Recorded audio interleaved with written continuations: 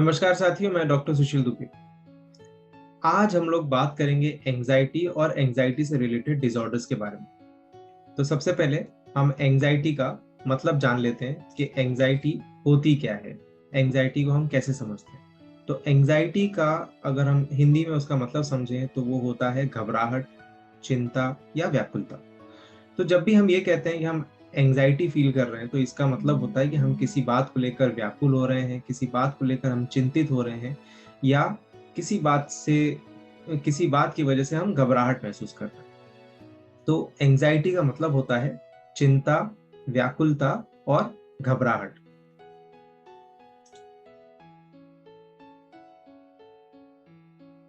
अब किसी बात को लेकर चिंता करना या व्याकुल होना, घबराहट महसूस करना, ये बहुत ही सामान्य भावना है। चिंता करना हमारे मन मस्तिष्क की प्रतिक्रिया, एक सामान्य सी प्रतिक्रिया होती है कि जब भी हम किसी तनाव में होते हैं तो ये एंजाइटी या घबराहट को ये प्रोड्यूस करता है। ये ऐसा इसलिए करता है ताकि ये जो एंजाइटी है ये हमें आगे आने वाले संभावित खतरों से सावधान कर सके। ये एंजाइटी हमें और ज्यादा अलर्ट और ज्यादा सावधान बना देती है। एक सामान्य अगर देखा जाए तो हर व्यक्ति कभी न कभी एंजाइटी फील करता है, कभी न कभी हमने और आपने सभी ने घबराहट को महसूस किया होगा। और ये बहुत ही सामान्य बात है, इसमें कोई बीमारी नहीं है। जैसे कि अगर एक उदाहरण के तौर पर मैं बताऊं तो जब भी कभी आपको कोई टेस्ट देना हो, कभी आपको कोई एग्जामिनेशन देना हो, कभी आपको कहीं बाहर जाना हो, या किसी से मिलने जाना हो, कभी आपको कोई महत्वपूर्ण निर्णय लेना हो, तो कभी कोई आपको कोई काम नया शुरुआत करना हो, तो इन सभी मौकों पर हमको एंजाइटी फील होती है और ये बहुत सामान्य है। इसमें कोई भी बीमारी एज सच नहीं है। फिर ये एंजाइटी डिसऑर्डर क्या होता है? तो जैसा कि मैंने बताया कि कभी कभार एंजाइटी फील करना ये बेहद आम बात है, बेहद सामान्य सी बात है, ये नॉर्मल है और रीजनेबल है। लेकिन जो एंजाइटी डिसऑर्डर्स होते हैं ये नॉर्मल नहीं होते। ये एंजाइटी डिसऑर्डर्स क्या होते हैं? एंजाइटी डिसऑर्डर्स एक तरीके के सिम्टम्स का एक समूह होता है जो हमारे डेली रूटीन को अफेक्ट करने लग जाता है। यही एंजाइटी जब निरंतर बनी रहे, यही एंजाइटी जब इतनी ज्यादा हद तक हो जाए कि मामूली से मामूली बात पर भी हम एंजाइटी फील करने लग जाएं, हम घबराहट महसूस करने लग जाएं, छोटी छोटी बातें जिसका किसी को कोई फर्क नहीं पड़ना चाहिए, ऐसी बातों को लेकर भी जब हम परेशान रहने लग जाएं, तब इसको हम कहते हैं कि ये एंजाइटी डिसऑर्डर में हो गया। यानी कि ये जो एंजाइटी है ये परसिस्टेंट और इररेजिस्टिबल हो जाए, तब ये एंजाइटी डिसऑर्डर में कन्वर्ट हो जाता है। ये एंजाइटी डिसऑर्डर कब आ सकता है? ये जैसे कि बताया हमने कि ये नॉर्मल है, कुछ ऐसे सर्कमस्टेंसेस में ये महसूस की जाती है। लेकिन अगर छोटी से छोटी बात भी अगर हमको परेशान करने लग जाए तो वो एंजाइटी डिसऑर्डर में काउंट की जाती है।